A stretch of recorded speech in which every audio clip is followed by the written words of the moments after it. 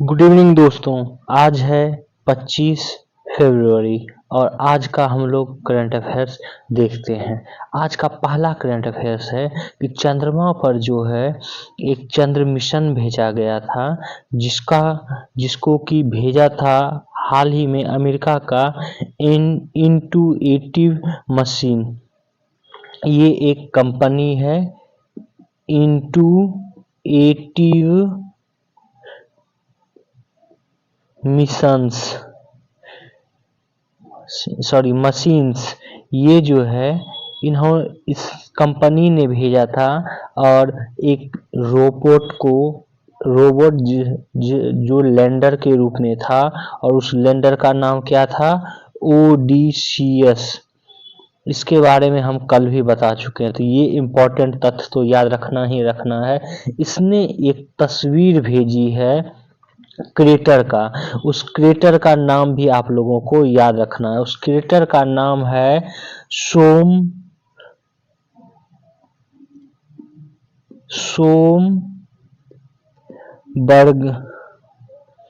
सोमबर्गर। ये आप लोग याद रखेंगे, ये क्रेटर का नाम है। कहाँ पर? तो चंद्रमा की इसकी तस्वीर जो है भेजी गई है।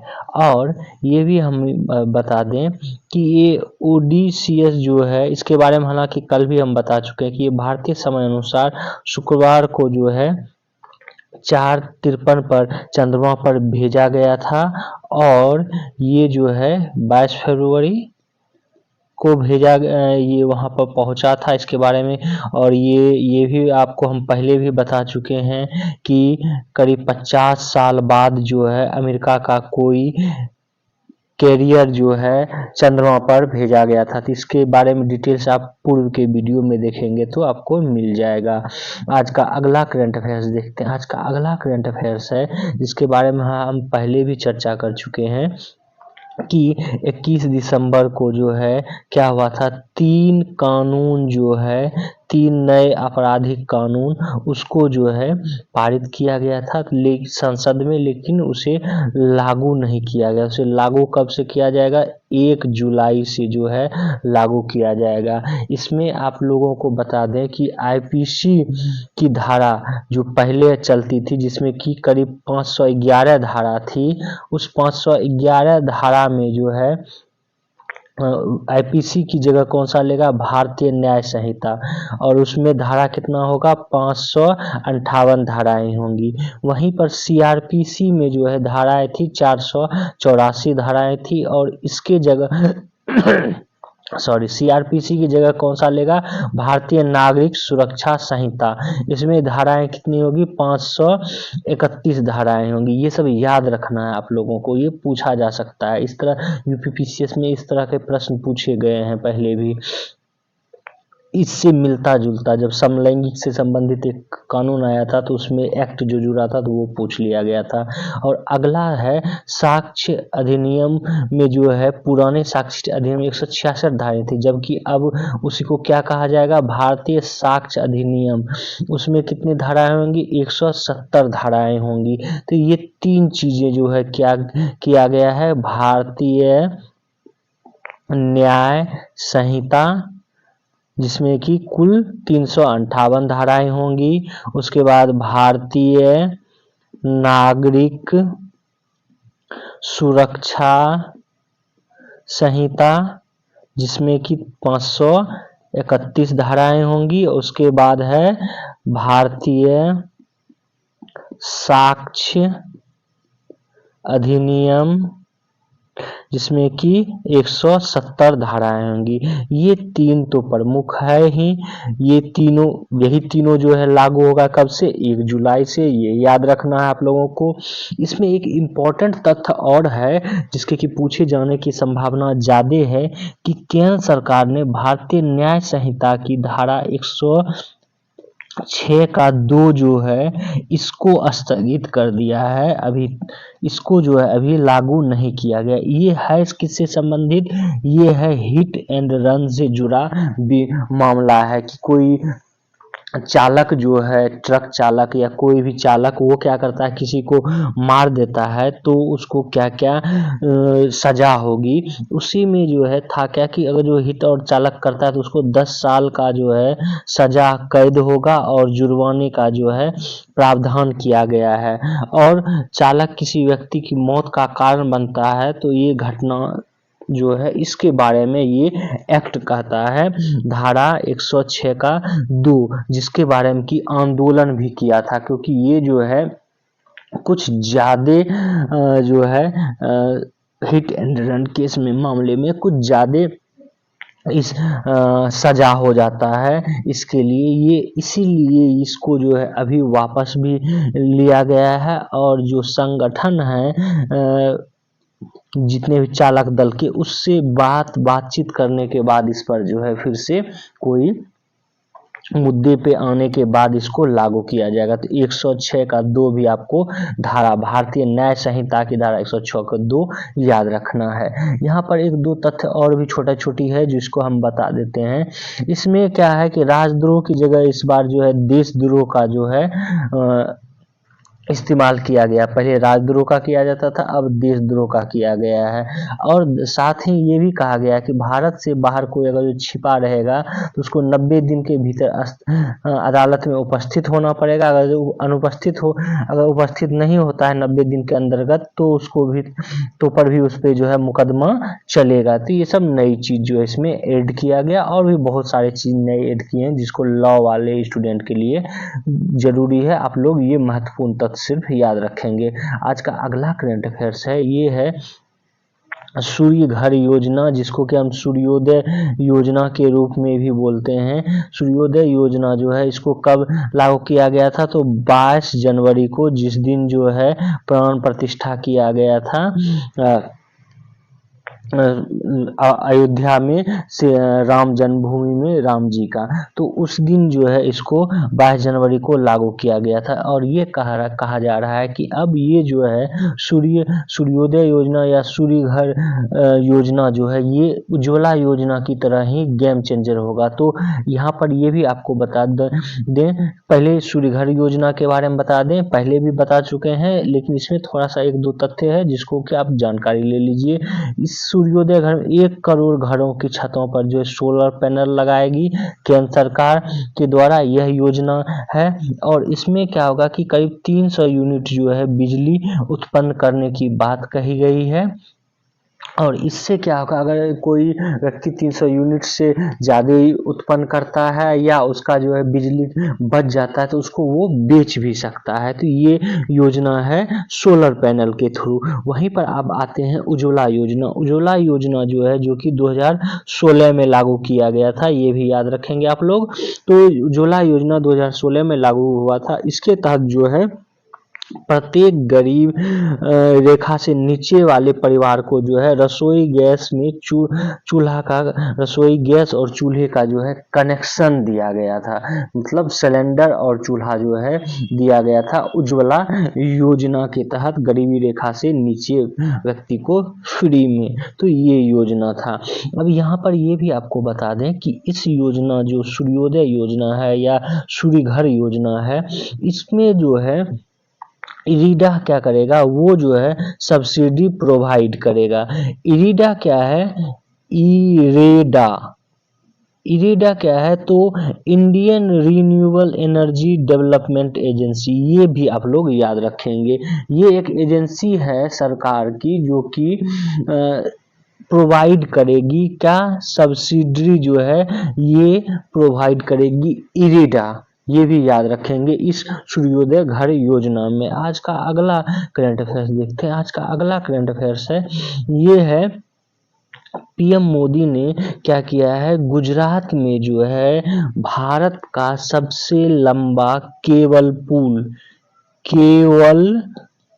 पुल जो है उसका उद्घाटन आज कर रहे हैं। इस केबल पुल का नाम क्या है, सुदर्शन सेतु। और ये कहां पर किया जा रहा है, गुजरात के देवभूमि द्वारका में।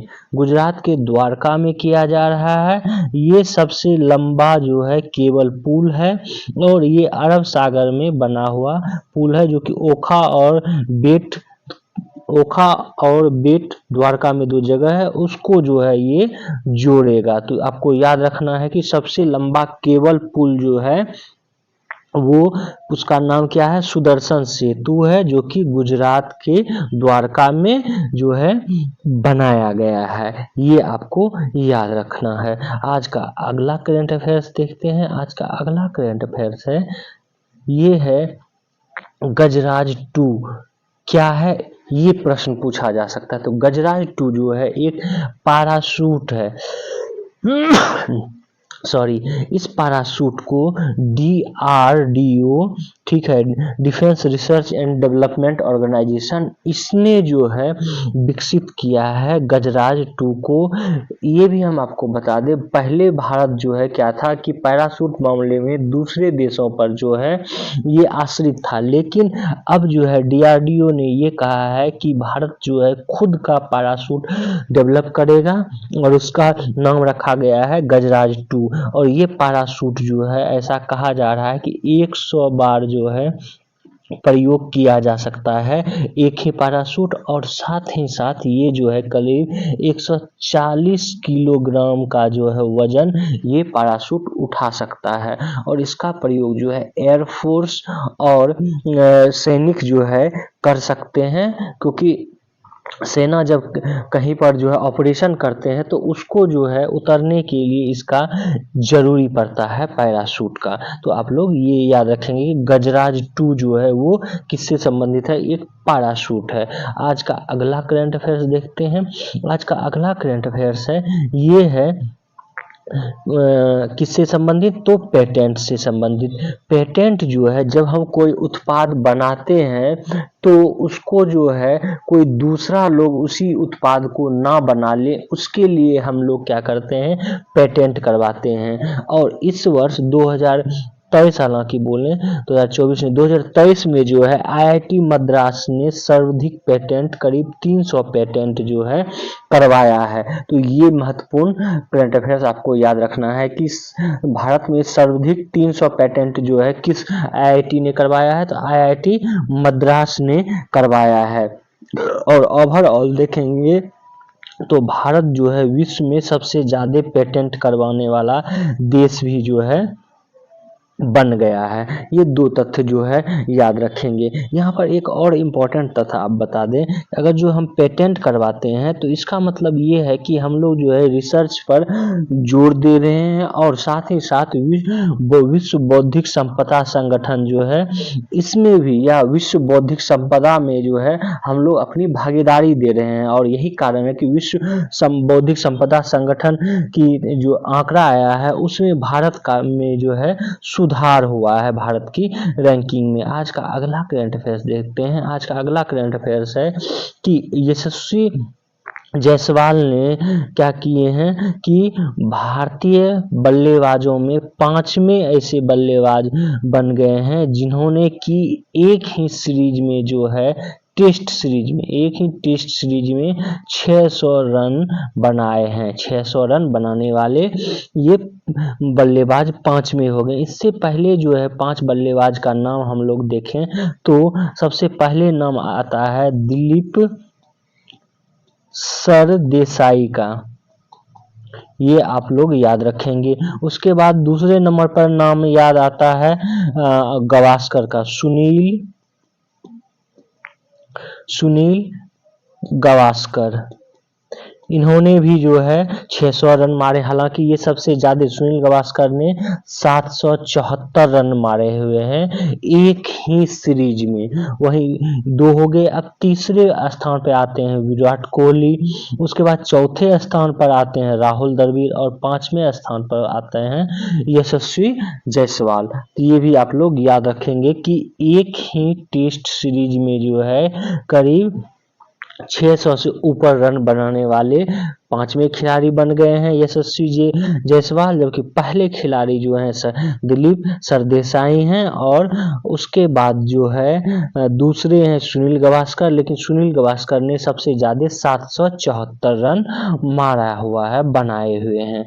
आज का अगला करंट अफेयर्स देखते हैं। आज का अगला करंट अफेयर्स है, ये है वित्त मंत्री सीतारमण ने बिट्स पिलानी परिसर का जो है उद्घाटन किया है। ये बिट्स क्या है, तो Birla institute of engineering and sciences, ये है बिट्स, और इसकी जो है पांचवें परिसर का जो है उद्घाटन किया है। कहाँ पर, तो मुंबई में। ये भी आप लोग याद रखेंगे। आज का अगला करंट अफेयर्स देखते हैं। आज का अगला करंट अफेयर्स है, हाल ही में हमने बताया था कि कर्नाटक जो है मंदिरों पर टैक्स लगाने वाला पहला राज्य जो है बन जाएगा, इसके बारे में। लेकिन ये तो विधानसभा से उस समय भी बताए थे कि विधानसभा से तो ये पारित हो चुका, लेकिन जब विधान परिषद में ये बिल गया तो उसमें जो है इसको खारिज कर दिया गया। अब जो है ये कानून कर्नाटक में पास नहीं हो पाएगा। और इस कानून में क्या था कि 10 लाख से 1 करोड़ तक जो है 5% कोई मंदिर अगर जो 10 लाख से 1 करोड़ जो है कमाता है तो उसको 5% टैक्स लगेगा, और 1 करोड़ से ऊपर पर 10% जो है टैक्स लगता है। लेकिन अब जो है क्या है, इसे खारिज कर दिया गया है, अब ये कानून नहीं बन पाएगा। आज का अगला करंट अफेयर्स देखते हैं। आज का अगला करंट अफेयर्स है, ये है सिंबल से संबंधित। किसका सिंबल, तो national Congress nationalist Congress party, ये शरद पवार की पार्टी जो है national Congress party, nationalist Congress party, ये 2 भागों में बट गई थी। एक जो है जो कि अभी देखेंगे शरद पवार के जो भतीजे उनके नेतृत्व में, अजीत पवार और शरद पवार के नेतृत्व में। अजीत पवार को जो है जो पुराना नेशनलिस्ट कांग्रेस पार्टी था उसका जो है चुनाव चिन्ह ये सब प्रदान किया चुनाव आयोग ने। अब चुनाव आयोग ने नया चुनाव चिन्ह जो है नेशनलिस्ट कांग्रेस पार्टी शरद पवार को प्रदान किया है, ये है सुराही। ये जो जिसको कि हम लोग एक व्यक्ति जो है आप देखते होंगे कि एक व्यक्ति इसको महाराष्ट्र में जो है बजाता है, तो ये सुराही जो है वो पानी वाला नहीं, ये पिपाही जिसको हम लोग बजाया जाता है, तो उसको जो है ये किया गया है ट्रेडिशनल ट्रम्पेट जो है इसको चुनाव चिन्ह शरद पवार को घोषित किया है चुनाव आयोग ने। तो आज का करंट अफेयर्स बस इतना ही था। आप लोग हमारे इस वीडियो को शेयर करें, सब्सक्राइब करें और बेल आइकन को जो है जरूर दबा लें। Thank you for watching this video.